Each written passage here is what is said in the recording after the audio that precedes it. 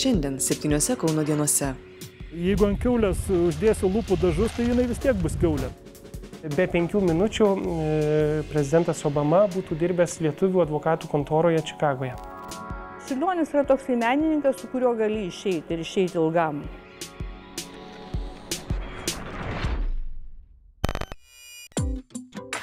UNESCO titulas ir šiuo metu Kaune dažniausiai fotografuojamas objektas. Lietuvoje 4 UNESCO sąrašą įrašyti objektai. Vilniaus senamiestis, Kernavė, Struvės geodezinis lankas ir Kuršių nerija. Ir nauja žinia. Rugsėjo viduryje Kauno tarpukario pastatai įtraukiami į UNESCO pasaulio paveldo sąrašą. Pasauliniu mastu įvertinti tarpukario Žaliakalnio ir miesto centro naujamiesčio pastatai. Ką apie tai mano patys kauniečiai? Man Žaliakalnio mediniai namai labai patinka. Panemunės vilos, tos metoninės, kur išdraskė po to jas, kaip ten komunalkės dalino. Malonu, kad UNESCO priėmė tokį sprendimą. Nors pats nesu kaunietis. Žinom mes tos pastatus, dabar kaip tik ir vaikštom po Kauną atvažiavę. Galim didžiuotis, kad prižiūrės tuos pastatus ir bus Kaunas gražesnis dar. Įdomu, kad šis UNESCO vertinimas buvo pakibęs ant plauko, mat paveldo komiteto sesijai, kuri turėjo priimti sprendimą, vadovavo Rusijos atstovai. Rusijos veikimas vis dar, pasaulio paveldo tame komitete, jis yra, jis labai akivaizdus. Ir, taip sutapo, kad Rusijos paraiška buvo eilė iš karto po Lietuvos. Ir jeigu jie būtų akivaizdžiai oponavę Lietuvai, tai būtų tokiu būdu, savo poziciją tarsi irgi pasibloginę, kad žiūrėkit, jeigu jau mes Lietuvos nepraleidžiam, tai kodėl turim praleisti Rusiją. Tai mūsų tokia versija, sakykime, kad jie greičiausiai akivaizdžiai prieš mus neveikia, bet bandės, kaip sakant, savo draugų tam tikrų rankom Kaunui truputį pakenkt, bet džiaugiamės, kad tai nepavyko. UNESCO įpareigojo Kauną atlikti namų darbus. Suprantame, kad yra natūralus noras, poreikis, sakykime, tiek pačių kauniečių, ar ne, tiek čia veikiančių institucijų, ar paveldosaugininkų, ar kitų, turėti vieną tokį patogų dokumentą, kuriame būtų, išguldyti visi paveldosauginiai reikalavimai, kurį galėtumėm skaityti visi tą pačią kalbą ir suprasti, tai kokia čia ta teritorija saugoma, kas joje yra vertinga, ką galima daryti, ko negalima, kokie yra veiksmai, kas už ką atsakingas.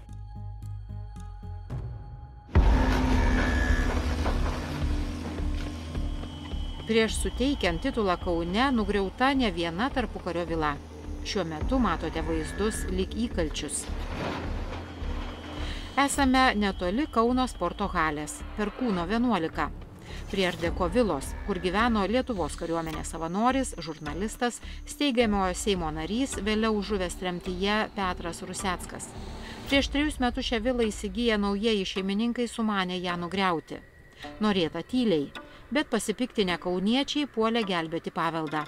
Teismas įpareigojo naujuosius vilos šeimininkus sugriautą pastatą atstatyti. Projektą vilai rengė architektas Gintautas Natkevičius.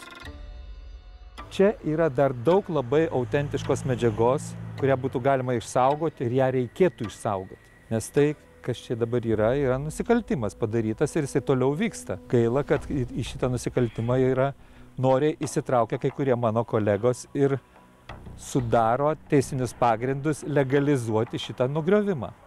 Visą tai apiforminta yra Kauno architektų ir urbanistų tarybos protokolų. Sprendimas yra padarytas, nubalsavo krūva žmonių ir mano nuomonė yra tik tai mano kaip vieno architekto nuomonė prieš krūvas deleguotų į tarybą žmonių, kurie nusprendė, kad tai yra atstatymas, kas yra rengiama. O rengiama reiškia pastatyti muliažą buvusio šito namo, reiškia neturinti jokių autentiškų elementų, neturinti autentiško išplanavimo. Kaunietis Nerijus Jukonis gyvena griaunamos vilos pašonėje. Jis kreipėsi į UNESCO komitetą, prašydamas sprendimą Kauną įtraukti į UNESCO kultūros paveldo sąrašą atšaukti. Jeigu Kaunas gavo už šitokią architektūrą ir už va šitas statybas, ir už 9 namo griovimą, ir už Vizbaro vyros naikinimą, tiesiog man buvo skaudu matyti, kaip Kaunas yra naikinamas, ne? O po kiekvieno šito sunaikinimo namų Svaigidos Toškaus ir Sauliaus Rymo palaima. Manau, kad jisai pasielgė labai savanaudiškai ir toliau taip elgėsi. Jisai turi tikslų, reiškia, grinai susijusių su jo turtu, su jo nuosavybė ir jisai nesirenka priemonių. Jis buvo tas žmogus, kuris, iškvietė, visas institucijas, kai buvo pradėti griovimo darbai, tai aš, kaip sakyti, nenoriu sumenkyti, tai jis padarė labai gerą žingsnį savo metu, bet tai, ką jis daro šiuo metu, tai yra, iš esmės, jisai, trukdo šitos vilos atstatymo procesui, tiesiog bandydamas visiems įrodyti, kad čia visi yra papirkti, kad tai yra absoliučiai viskas korumpuota. Ir tas raštas į Pasaulio paveldo komitetą, būtent tuo metu, kai ten vyko Kauno nominacijos svarstymas ir ten rašoma tiesiai šviesiai, Kaunas nevertas būti Pasaulio paveldo sąraše, todėl jo neįrašykite. Tai, man atrodo, tai yra žemas lygis. Inspektoriai, kurie atvažiuos po kelių metų, paprašys šitą vietą atvesti.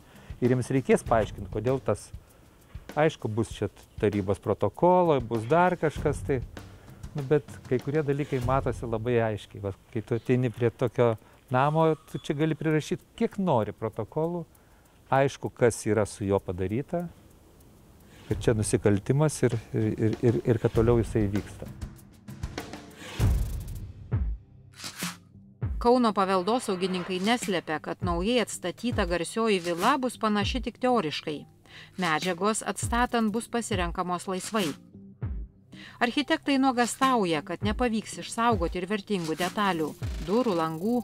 Per 3 metus šaltyje ir lietuje jie paprasčiausiai supuvo. Bet naujasis namo savininkas žada ne tik atstatyti nugriautą, bet ketina statyti ir naują namo priestatą. Visai statybai, paveldo tvarkybai Žaliakalnio kultūrinėme draustinyje yra taikomi paveldosauginiai reikalavimai. Bet tai nereiškia, kad, pavyzdžiui, negalima statyti naujų pastatų ar rekonstruoti esamų. Paveldosaugoje vyrauja tokia nuomonė, vakarų paveldosauga laiko, kad negalima kurti pseudoistorinių naujadarų istoriniuose pastatuose, istoriniam urbanistiniam audiny. Ta prasme, jeigu mes ar senamiestį, ar naujamiestį, bet tai yra aplinkui, yra istoriniai pastatai, tai mes jeigu projektuojame kažką naujo, tas pastatas ir turi atspindėti šiuolaikinę architektūrą, bet su sąlyga, kad jis turi darniai įsikomponuoti esamoje aplinkoje. Dėl šioje vietoje numatyto modernaus priestato Kauno architektūros ir urbanistikos ekspertų tarybos nuomonės išsiskyrė. Jeigu ant kiaulės uždėsiu lūpų dažus, tai jinai vis tiek bus kiaulė. Tai kam reikia vadinti namą priestatu, kuris yra turiu didesnis už esamą šį kultūros paveldo statinį. Į teismą kreipėsi būtent Kauno miesto kultūros paveldo departamentas. Kas yra vadovas Saulius Rimas. Dėl šios nutarties vykdymo jisai niekuomet nesikreipė į antstolius. Toliau, kultūros paveldo departamentas yra paskaičiavęs valstybei padarytą virš 85 000 žalą. Taipogi dėl šios žalos atlyginimo Kauno miesto savivaldybės kultūros paveldo departamento vadovas į teismą ar į antstolius nesikreipė. Kultūros paveldo apsaugos institucijos, reiškia, jos turi pasiūlyti tam statytojui, kuris atliko tos pažeidimus, arba susimokėti tos pinigus į biudžetą, arba yra numatoma galimybė pasiūlyti jam geranoriškai tuos padarytus pažeidimus, reiškia, juos pašalinti. Tai šiuo atveju taip ir buvo padaryta, jam buvo pasiūlyta tiesiog tai, ką jis nugriovė, atstatyti. Į ką buvo atsakyta, kad jie sutinka. Tai tas procesas taip ir vyksta. Ar ilgai Kauną atvykę turistai turės kur fotografuotis? O gavus pasaulinį Kauno tarpukario architektūros pripažinimą ir patys miestiečiai pradės į paveldą žvelgti kitaip.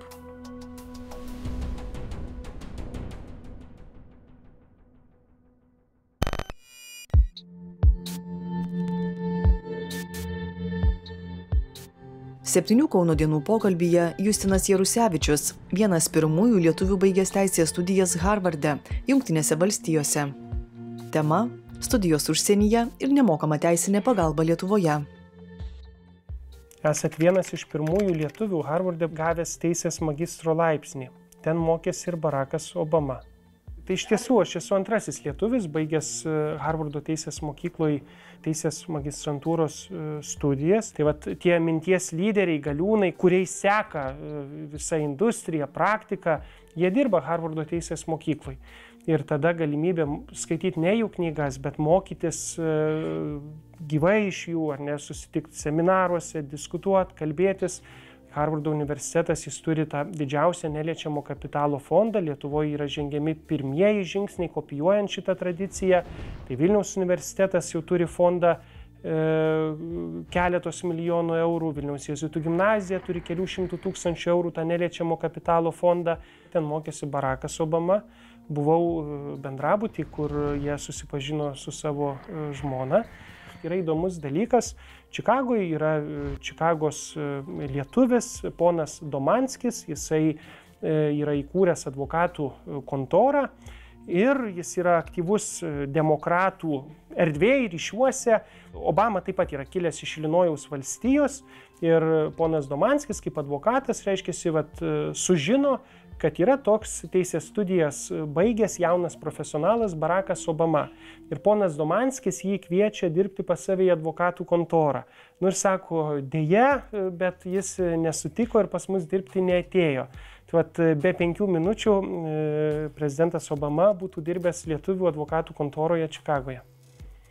Kodėl rinkotės teisę? Norėjot pasaulį padaryti geresniu? Įdomus gal dalykas, kad aš iš ties mūsų aplinkoje šeimoje nebuvo teisininkų ir iki atidarant fakulteto duris aš nebuvau bendravęs su teisininku, ar tai būtų advokatas, teisėjas. Ir tada toks buvo supratimas susidėjęs, kad teisininkas Robin Hoodas, kur jeigu yra neteisybė, su jėga, kurią duodavo tas teisinis išsilavinimas, žinojimas, supratimas, gali šiek tiek padėti dalykus sustatyti tvarkingai, kur galbūt yra netvarka. Sakau, kad tai yra šiek tiek panašu į aktoriaus darbą, tik 2 skirtumai. Advokato auditorija yra nepalyginamai mažesnė, 1 arba 3 teisėjai. Nuo tuo tarpu nuo scenos 100 ir 1000. Vienas, o kitas skirtumas jis yra daug rimtesnis. Aktoriui, gal nepavyko, nieko, bus už 2 dienų kitas pasirodymas, gali reabilituotis, o mums ar paaiškinimus davėjai, ar liudytoją apklausėjai, ir praktiškai viskas, antros galimybės nebebus. Mokėtės Kauno jėzuitų gimnazijoje, teko padirbėti ir vienuolyno sode. Taip jau nutiko mūsų šeimoje, kad kada man buvo 16 metų, dar aš turiu 5 metais jaunesnį, 5 metais vyresnį, 2 brolius. Tai vyresnis brolis buvo savistovis, bet jaunėliui buvo 12 metų, mes netekom tėvelio. Ir tuomet man pavyko gerai išlaikyti egzaminus, aš sėkmingai įstojau į teisės fakultetą. Ir tada buvo didelis iššūkis mamai, ar ne, kaip čia tą pirmą kursį į Vilnių reikės išleisti. Ir sakyčiau, gal ir šiek tiek toks stebuklas, 12 klasėje po egzaminų aš keliauju į piligriminę kelionę į Taizė kaimelį ir keliaujant autobuse susipažįstu su tuomet Rapolo bažnyčios klebonu, kunigu Arūnu Kesiliu. Nu ir mes kalbamės ir sako, tu atvažiuosi į Vilnių, sako, kaip tu čia kursies, kaip gyvensi. Aš sakau, rūpesčiai rimti ir galvoju, gal į kokią parduotuvę ar kavinę įdirbti, sakau, net nežinau. Ir jis man tada sako, žinai, sako, pasimirė mano sodininkas. Ir jau tų lapų prikritė, ten viskas, sako, tai aš grįšiu iš kelionės ir reiks ieškoti man, kas galėtų padėti. Ir sako, tai gal tu nori, ten nedaug to darbo. Ir aš tada sakau, taip, labai noriu. Ir mano karjera Vilniui prasidėjo Rapolo bažnyčioj, už Žalio tilto, ten tokia jauki bažnytėlė. Ir tada jau pagalvojau, jau atsimokęs fakultete metus ir kelis mėnesius, kad metas daryti posūkį ir tada judėti į advokatūrą.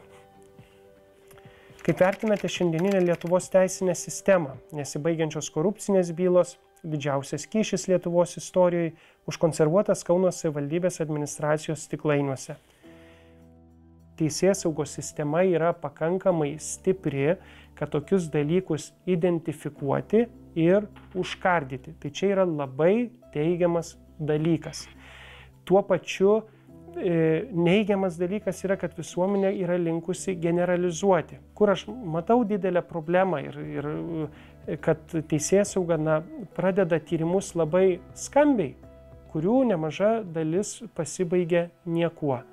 Ir čia yra keletas tų tokių tikrų pavyzdžių. Tai pavyzdžiui, buvo Rodos krepšinio federacijos vadovas ponas Mindaugas Balčiūnas. Skambiai pradėtas tyrimas, baigėsi niekuo. Gerai, kad jis nesusirgo kokią sunkia liga, išgyveno, įveikė tą laikotarpį, bet tragiškas sunkus laikotarpis, kur žmogų per tokius nepateisinamus krumpliaračius prastūmė.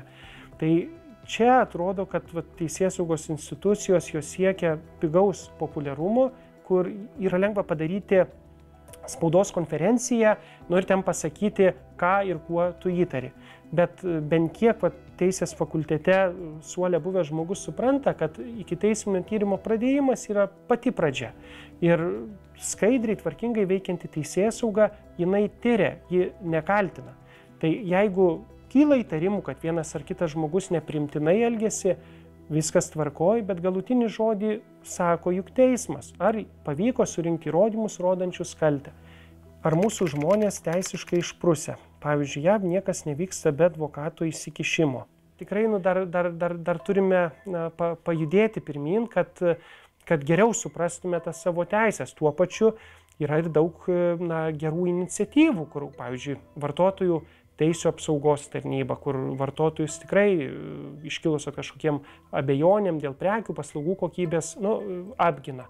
Arba yra Vilniaus universiteto teisės fakulteto iniciatyva Teisės klinika, kur žmonės, kurie neišgali pasisamdyti advokato, gali ten kreiptis ir ten renkasi motyvuoti teisės fakulteto studentai, kurie duoda teisinę pagalbą. Ir žinau, kad jie ten suteikia šimtus, jeigu ne tūkstančius teisinių konsultacijų per metus.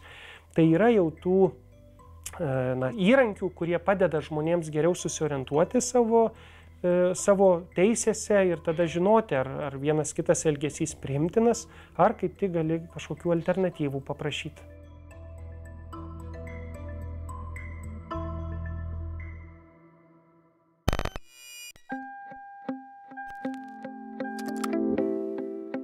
Išėjau su Čiurlioniu, tuoj grįšiu. Žinutė nuo knygų lentynos. Vaikų būna pilna, čia laukia mūsų šokių Parkinsono draugijai programa. Čia yra metodika, kad šokti tarp meno kūrinių apsupti.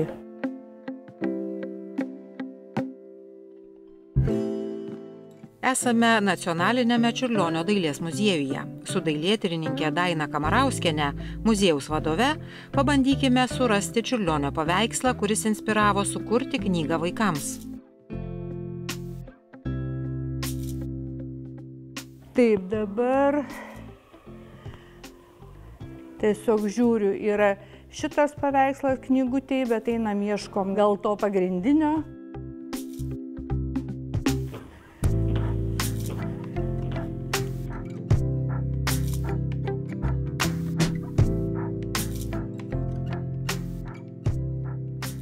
Salėse prietema, pastelė ir tempera nemėgsta ryškaus apšvietimo. Taip, tai va šitas yra paveikslas, kuris pagimdė pirminę idėją.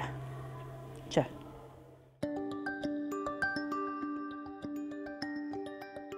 Tiesiog ieškojau kažkokio personažo, kuris galbūt pradėtų pasakojimą ir sustojus prie šito fantazijos paveikslo Čiurlionio, kuriame yra visko labai daug, staiga pamačiau iki šiol nematytą personažą. Vilką, ne vilką, šunį, ne šunį. Taip atsirado personažas Vilkyšius, kuris pradėjo gyventi.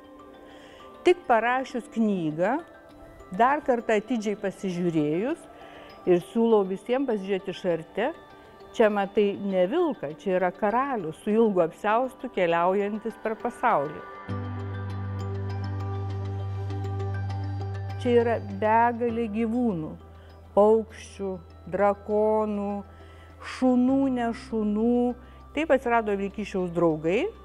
Atsimenat, kaip išeidami į kiemą žaist, mes palikdavo mamai ant šaldytuvo raštelį, išėjau su draugė, tuoj grįšiu arba negrįšiu, liksiu nakvot.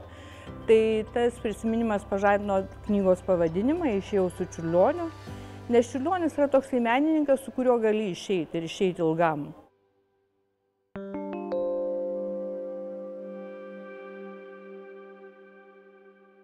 Tarpukariu Čiurlionio palikimas atsidūrė Kaune.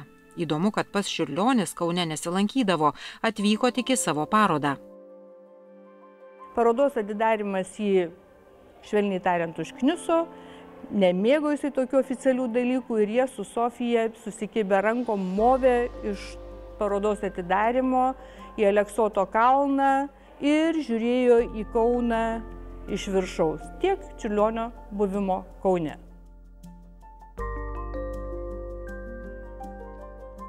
Ir Vilkyšius keliauja nuo ryto iki vakaro, vieną dieną. Tai yra vienos dienos knyga. Jūs prisiminkit savo vaikystės dieną. Jinai begalinio ilgumo.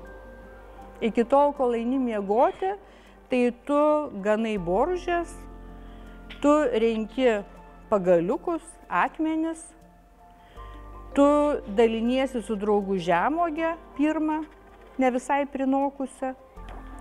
Na ir va, Vilkyšius sako, man patinka žinoti, kad dar ne vakaras. Tolumoje matom kyla dūmai, nosytės, ūsiukai, krutėti pradeda, gal kas obuolius kepa, grybų ištirškina, gal bulves verda. Virsdami vienas per kitą, bėgte pasileidžiam. Bet atranda štai, kur dūmai rūksta ir supranta, kad jie atrado nuotykį, ne maistą.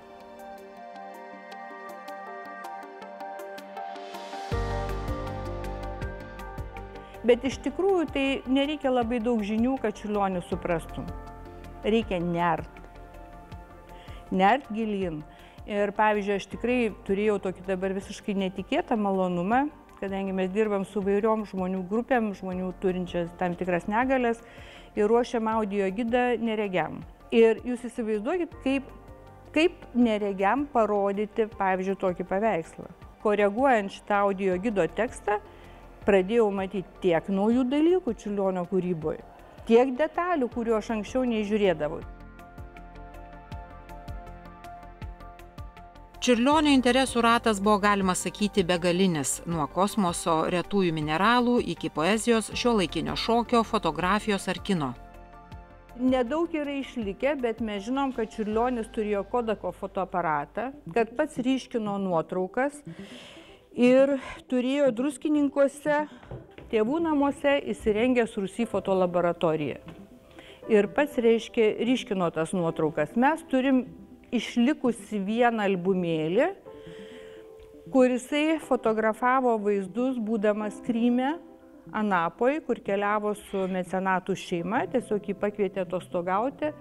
Ir Čiurlionis vaikščiodamas pakrantę, jisai fiksavosi savo vaizdus tapybos darbam. Ir mes aiškiai galim matyti iš nuotraukų, kaip ateina į tapybinį eskizą tas pats vaizdas. Ir pavyzdžiui, čia tikrai yra įkvėpta tos pačios kelionės iš Anapos, Kazbeko kalnas, kuris pavirsta paskui liūtų. Konstantinas šeimoje buvo vyriausias vaikas, rūpinosi savo brolių ir seserų išsilavinimu, iš kelionių jam siųsdavo mokslo knygas ir ne tik.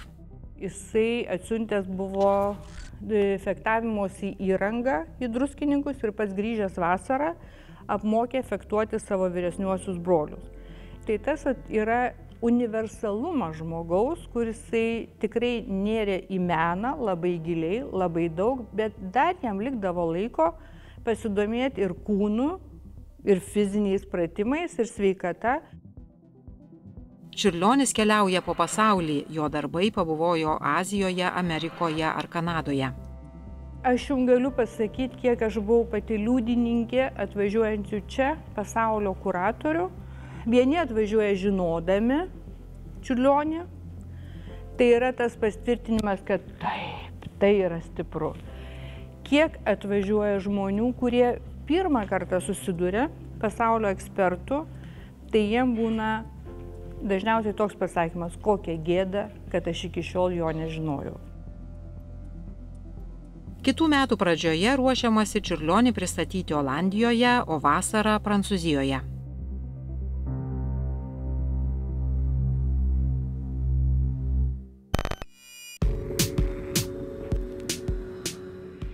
Šiandien tiek. Tiesiog likite su 7 Kauno dienomis. Laidos naujienas sekite 7 Kauno dienų ir LRT Facebook paskyrose. Laidos įrašai LRT mediatekoje.